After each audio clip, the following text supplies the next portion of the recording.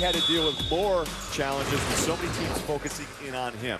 So live here at the University of Chicago, the Flames Center, as we're looking at this group here, and Tony Wroten's the guy we're going to want to focus in on because he is number 11 in the group for those watching at home.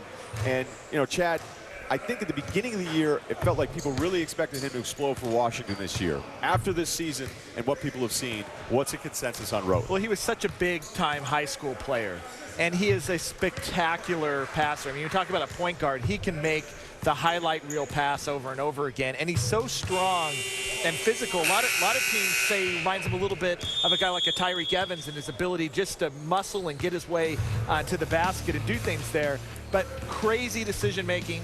A lot of times playing out of control, and again, really struggled with his shot, his free throws, everything. He's one of these guys, there's some things that you like about him that are elite at the NBA level, and there's other things that really scare you off about Tony Wroten. Which player he becomes, who knows? But I will say this, scouts said a lot of the same things about Rajon Rondo coming out of Kentucky. A lot of the same things.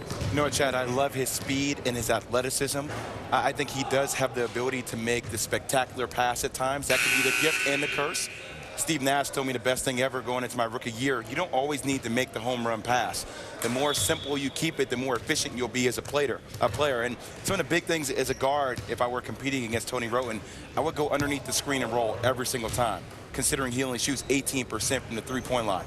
If he did get to the basket, I would foul him, considering he shoots 57% from the free throw line. And the biggest thing for him, in an isolated situation, would he be able to make shots? According to Synergy Sports, he's just made 3 of his 24 jumpers he's attempted this season with his feet set.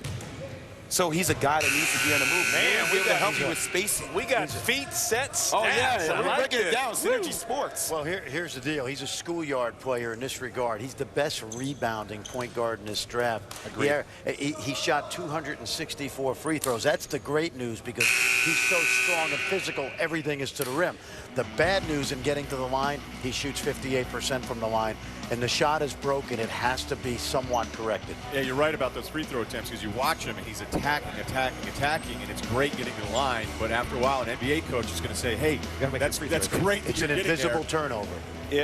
But here's the deal. Size for position. The kid is huge. And you see him out there. If you're here live, you can size them all together. You're right, Tom. He just walked by our set here. He's walking with the other point guards, and you can see why people fall in love with him. And people love that idea. And let's face it, there's a halo effect. You know, you mentioned Rajon Rondo, and he's not going to ever be that. But how about Iman Shumpert as the fresh example of another big, long, strong guard?